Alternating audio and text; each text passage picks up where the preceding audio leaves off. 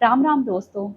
आज हम जानेंगे कि क्यों लेना पड़ा था विष्णु जी को मत्स्य अवतार। प्रलय पयोधि जले धृत वांसी वेदम विहित वहित्र चरित्रम खेदम केशव धृत मीन शरीर जय जगदीश हरे। इस श्लोक में बताया गया है कि पृथ्वी को प्रलय से बचाने के लिए और वेदों की रक्षा के लिए विष्णु जी को मत्स्य अवतार लेना पड़ा था। चलिए जानते हैं इस कथा को विस्तार।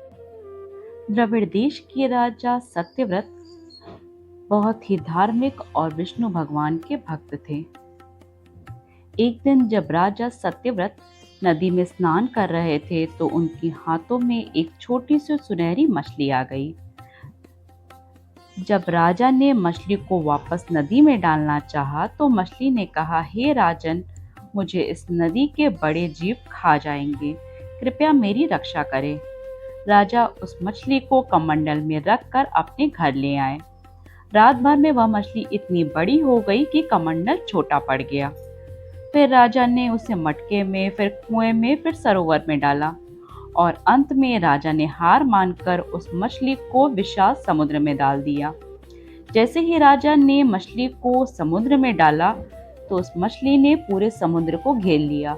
यह देखकर राजा सत्यव्रत समझ गए कि यह कोई साधारण मछली नहीं। उन्होंने हाथ जोड़कर प्रार्थना की कि हे प्रभु, आप कौन हैं, अपने वास्तविक रूप में दर्शन दें।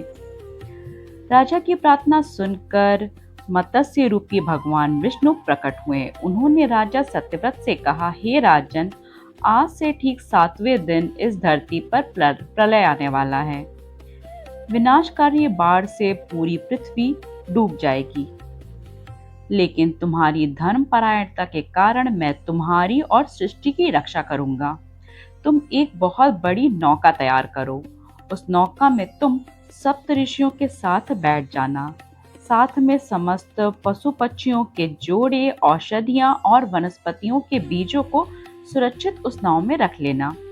7वें दिन जब मूसलाधार बारिश शुरू हो गई, समुद्र अपनी सीमाएं लांघने लगा और चारों तरफ पानी ही पानी हो गया।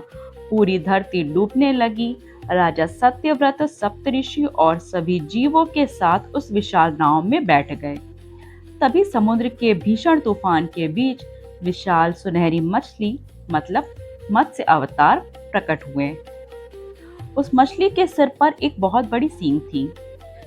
भगवान के निर्देशानुसार राजा ने नाग वासुकी को रस्सी की तरह इस्तेमाल किया। उन्होंने नाव को वासुकी नाग के जरिए मत्स्य भगवान के सींग से बांध दिया।